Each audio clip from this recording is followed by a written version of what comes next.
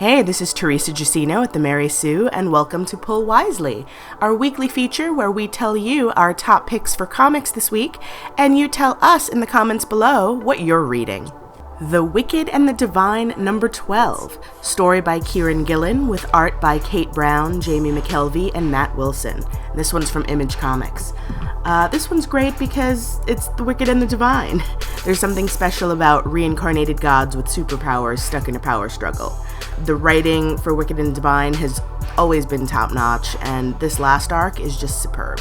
If you want to catch up on Image Comics' The Wicked and the Divine, you're in luck because this week they're releasing the Wicked and Divine Volume 2 trade paperback called Fandemonium. Again, it's written by Kieran Gillen with art by Jamie McKelvey and Matthew Wilson. Really, you should pick this book up and check it out if you haven't already. McKelvey and Gillen are a treasure, and this book is one of their crown jewels.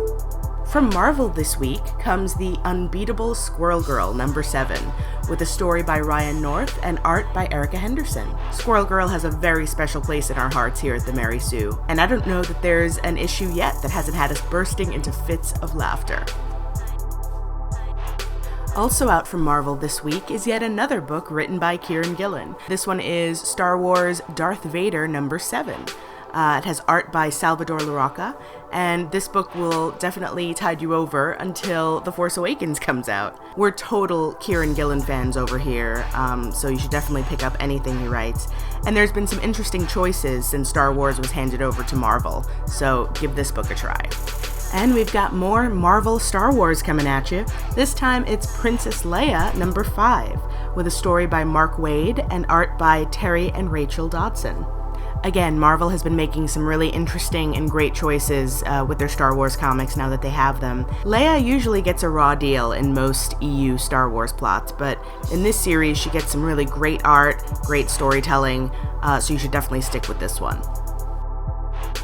Vertigo is finally giving Y the Last Man the Absolute treatment this week. Absolute Y the Last Man Volume 1 comes out this week, and as you know, the Absolute editions contain all sorts of extras, beautiful art, and lots of behind-the-scenes stuff for comics fans. As you know, Y the Last Man is written by Brian K. Vaughan with art by Pia Guerra, along with artists Paul Chadwick and Jose Marzan Jr.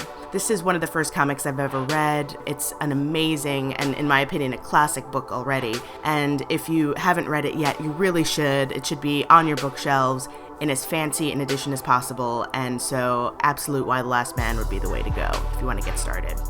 If you're a fan of Bob's Burgers, listen up. Dynamite is bringing us Bob's Burgers number 1. It's the comic devoted to the TV show. It's a tie-in, but it's a lot of new in-canon stories that are going to be told through this comic. It's written by Rachel Hastings, Mike Olson, Justin Hook, and Jeff Drake, with art by Frank Forte, Brad Rader, Bernard Derriman, and Tony Gennaro.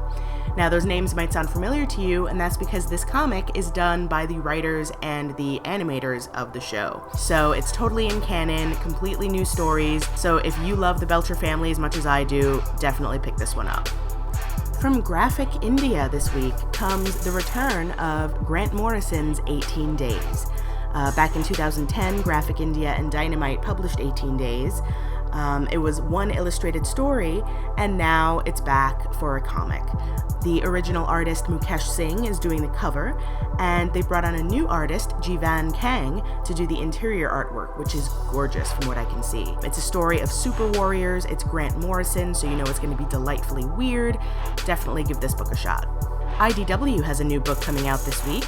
It's called Onyx, and Onyx number 1 comes out tomorrow. It's written by Chris Ryall with art by Gabriel Rodriguez, and it stars a female cyborg warrior who comes to Earth and may or may not want to save it. It seems like a cool book. It's a female cyborg. I'm down, and you should be too. Check out Onyx number 1 this week.